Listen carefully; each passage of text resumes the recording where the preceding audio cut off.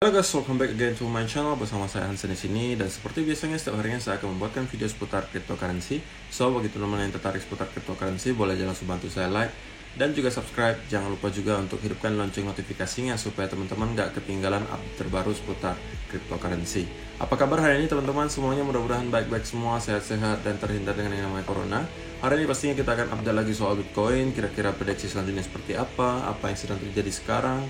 Kita akan bahas semua di video kali ini, dan pastinya juga ada data yang pengen saya share ke teman-teman yang teman-teman nggak boleh ketinggalan, oke? Jadi langsung aja kita mulai videonya sekarang, let's go. Oke guys, seperti biasa kita akan mulai dari coin market cap dulu. Pada hari ini secara global market cap crypto itu berada di angka 1,75 triliun dolar atau turun sekitar 2,64%. Setelah kemarin udah nyentuh hampir udah lewat dari 1,8 ya guys. Hari ini kita kembali turun ke 1,75%. Bitcoin sendiri sekarang di harga 43.500-an, turun 1,83%. Ethereum 2.951, terkoreksi 5%. Kemudian Binance 338, turun 4%. Cardano 1,42, turun 3%. XRP 0,78 dolar, turun 4%. Dogecoin 0,24. Kemudian Polkadot 19,33 dolar. Jadi itulah outlook sementara dari beberapa top coin yang ada. Sekarang kita langsung masuk ke chartnya Bitcoin saja ya. Oke, jadi untuk outlook dari daily sebenarnya belum banyak yang berubah ya. Kita masih close di atas area resisten dan juga trendline di sini. Kemudian dalam 2 hari terakhir kita sudah close candle merah ya. Hari ini belum close, cuman kemarin kita close candle merah dan terkoreksi dari sekitar 45 ribuan ya ke sekarang di 43.500. Nah, kalau untuk soal EMA 200 dan 50 kita masih jauh di atasnya, dan golden cross masih kayaknya akan terjadi kalau kita melanjutkan kenaikan ke atas. Dan kalau misalnya teman-teman perhatikan di 1 hour chart, kita sudah membentuk sebuah pattern yang sudah kemarin kita jelasin ya. Mungkin teman-teman juga udah tahu apa yang saya expect, bahwa saya udah kasih tahu ke teman-teman kalau misalnya pergerakannya seperti ini, maka kita bisa expect akan ada hal-hal semacam ini. Nih, pergerakannya merangkak naik ke atas, nah nanti akan ada flag semacam ini. Naik lagi flag. Oke. Nah, sekarang kita sudah membentuk pattern yang sama dengan yang tadi saya barusan tunjukkan, yaitu semacam flag juga. Kalau misalnya teman-teman perhatikan di 15 minute chart, itu ya patternnya mirip banget. Ini juga flag.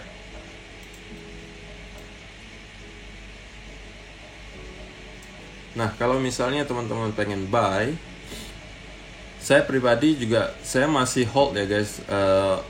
Posisi yang saya buy di area sekitar ini masih saya hold, cuman udah saya close sebagian karena saya ngelihat memang momentumnya kemungkinan akan ada koreksi sedikit, dan kemungkinan saya akan masuk lagi, tambah lagi. Di sini kan udah saya close sebagian. Nah, nanti di sini ini sebenarnya udah termasuk area buy sih menurut saya, tapi masih ada kemungkinan kita drop sekali lagi dan kemudian membuat fake breakout, dan dari sini kita baru meluncur ke atas. Nah, kalau teman-teman mau ikutan trade juga, tetap ingat pesan saya, harus do your own research. Teman-teman nonton siapapun sama, mau nonton technical analysis siapapun sama, tetap harus do your own research. Teman-teman harus punya setup sendiri, teman-teman harus tahu stop lossnya di mana, teman-teman harus tahu take profitnya di mana. Jangan sampai nanti teman-teman hanya ngikut technical analisnya, mau siapapun itu, mau saya atau siapapun, tahu-tahu misalnya loss, lalu teman-teman nggak taruh stop loss, lalu terlikuidasi, lalu teman-teman malah nyalahin technical analisnya. Jangan sampai seperti itu, karena gini guys, selalu saya pesankan, namanya kita analisa, itu pasti ada kemungkinan kita salah. Jadi teman-teman harus, kalau mau trade itu, stop lossnya saya ingatin lagi, stop loss harus ada, oke? Jadi kalaupun teman-teman misalnya setuju dengan saya bahwa kita sekarang sudah mendekati area buy, dan teman-teman pengen buy juga, teman-teman harus sudah tahu juga setup teman-teman harusnya seperti apa, dan stop lossnya udah mau di mana gitu. Nah, saya juga ngelihat ini udah di area buy. Bisa jadi kita masih ada kemungkinan satu lagi drop ke bawah sebelum kita naik ke atas, atau kita dari sini kita langsung breakout dari trendline di sini dan kemudian retest. Nah, ini juga skenario kedua, bisa jadi kita dari situ akan naik. Jadi saya belum melihat akan adanya reversal. Jadi kita outlooknya untuk medium term masih bullish, oke. Cuma kita masih dalam tahap koreksi, dan dua skenario aja. Pertama ya kita masih satu kali lagi ke bawah untuk membuat fake breakout seperti semacam ini, lalu tiba-tiba dibanting lagi ke atas. Kalau teman-teman memang konservatif cara tradingnya, ya sudah tunggu saja breakout dari trendline ini, baru teman-teman tunggu retestnya dan buy. Kalau teman-teman yang, kalau saya tipikalnya tergantung kondisi gitu guys, kadang saya agresif, kadang saya konservatif gitu. Nah, saya juga nggak bisa selalu update ke teman-teman semua, jadi teman-teman pastinya harus do your own research gitu ya. Nah, targetnya adalah seperti yang kita udah kasih tahu juga, di sekitaran ini, di sekitaran 47.500an lah. Ini menjadi area resisten kita berikutnya. Karena kalau misalnya teman-teman yang nonton video saya sebelumnya udah tahu lah ya kenapa saya melihat area ini sebagai area resisten. Pertama karena di sini itu ada beberapa kali kita terreject, rebound dari sini. Kemudian kalau misalnya teman-teman tarik Fibonacci retracement dari swing low ke swing high-nya di sini. Oke.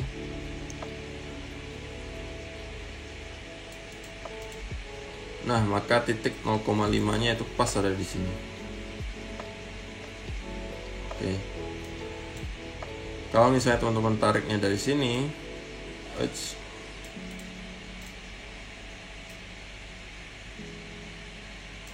maka di sini adalah area 0,618 ya. Jadi menurut saya itu sudah menjadi cukup indikasi lah ya bahwa kemungkinan kita akan mendapatkan semacam perlawanan dari para seller untuk mencoba mendorong lagi harga ke bawah. Tetapi menurut saya sih kalau misalnya kita sudah terkoreksi di sini, maka ketika kita nyampe ke sini pun koreksinya kemungkinan nggak akan besar-besar banget sih, mungkin ya, tapi nggak tahu juga. Yang pastinya kita akan ada percobaan perlawanan pastinya di daerah sini udah pasti. Kalau misalnya kita sideways, maka kemungkinan kita langsung akan naik ke atas karena kita sebelumnya di sini udah sempat terkoreksi dan kita sudah bersiap untuk menuju ke area berikutnya. Nah, kalau teman-teman yang pengen trading dan bingung mau trade pair apa aja atau mau trade koin apa aja, nih saya sesekali saya kasih deh beberapa koin yang menurut saya sudah masuk ke zona beli ya. Pertama BNB.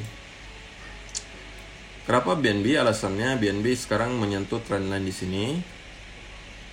Trendline-nya udah nyentuh, sekaligus kita sudah juga retest di area resisten di sini. Nah, jadi ini ada area minor resistance di sini pas. Oke. Aduh. Pokoknya intinya kita di resisten ya, guys. Ini garisnya agak miring-miring gitu. Nah, inilah dia. Oke, jadi kita ada sekarang berada di area trendline-nya di sini, retest, kemudian retest juga pasti area resisten sebelumnya yang sekarang harusnya menjadi support ya. Oke, dan kayaknya kita udah mulai rebound. Oke, jadi salah satunya BNB. Ini saya cuma kasih pairnya aja ya guys. Teman-teman nanti harus cari lagi, analisa sendiri lagi, kira-kira stop lossnya harus di mana, bla bla bla. Saya cuma kasih pairnya aja yang menurut saya sudah masuk ke area buy gitu ya. Intinya cuma satu pesan saya, stop loss harus ada ya guys. Stop loss harus ada dan jangan serakah, oke? Lalu Ethereum juga sama. Ethereum juga udah masuk zona buy menurut saya. Kenapa? Ya ini udah obvious banget sih guys kenapa masuk zona buy, karena ini adalah area resisten berat sebelumnya di sekitaran 2800-2900an di sini. Dan sekarang kita mulai retest ke sini. Nah, jadi selama kita nggak nyentuh ke area sekitar 2700an di sini, maka kemungkinan besar kita akan melanjutkan kenaikan ke atas. Oke. Nah, sama setupnya juga teman-teman harus cari sendiri. Oke. Ini saya cuma kasih tahu, ini udah di area buy menurut saya. Stop lossnya ya sudah. Ini saya kasih tahu deh, stop lossnya kalau bisa teman-teman taruhnya di sekitar area 2700-an pas gitu. 2700-an, karena kalau udah di bawah itu kemungkinan besar kita akan koreksi lebih dalam. Risk and rewardnya harusnya masih oke lah ya. Kalau misalnya teman-teman anggap saja kita masih terkoreksi satu wave lagi ke bawah, anggap aja teman-teman buy di sekitaran ini ya. Ini long position, oke. Stop lossnya ada di sini di 2700. Nah, sini, oke. Targetnya kan ada di sini nih, kotak biru di sini. Ya dapatlah 1:2 masih dapat gitu ya. Oke. Jadi ini masih ada jadi peluang juga. Ethereum rata-rata sebenarnya banyak sih guys, banyak banget yang udah masuk zona buy menurut saya. Selain Ethereum, BNB, Bitcoin, kemudian XRP juga kelihatannya bagus. XRP juga polanya mirip seperti Bitcoin ya. Di sini juga menemukan flag, dan kenapa juga masuk zona buy? Ya sama. Oke, kita juga lagi nge-retest area support di sini. Ini sorry, pakai garis ini aja deh, ya kan? Nih, kita lagi retest area support di sini. Sini juga support tuh. Kita lagi retest di sini, dan patternnya juga price actionnya secara pattern kita ngelihat ada pattern flag. Oke. Nah, cara paling aman, paling konservatif kalau menurut saya untuk nge-trade pattern flag semacam ini adalah ya tunggu breakout dari pattern ini, kemudian retest, dan baru teman-teman ikut. Jadi selama kita masih bermain di sini ya teman-teman tunggu dulu ya. Kalau sudah breakout, retest, baru teman-teman ikut. Oke. Cara paling aman seperti itu karena apa? Sudah ada konfirmasinya. Kedua, teman-teman kalau misalnya cara trade-nya seperti ini, maka stop loss-nya akan lebih kecil. Karena kalau misalnya teman-teman tunggu breakout di sini, retest, teman-teman kan buy-nya di sekitaran sini dong. Ketika sudah retest naik lagi, teman-teman baru buy gitu kan. Nah, stop loss-nya berada di mana? Berada di sedikit di bawah saja di sini. Nah, gitu aja. Makanya stop loss-nya lebih kecil kalau misalnya teman-teman buy dengan cara seperti ini. Ini lebih konservatif, oke?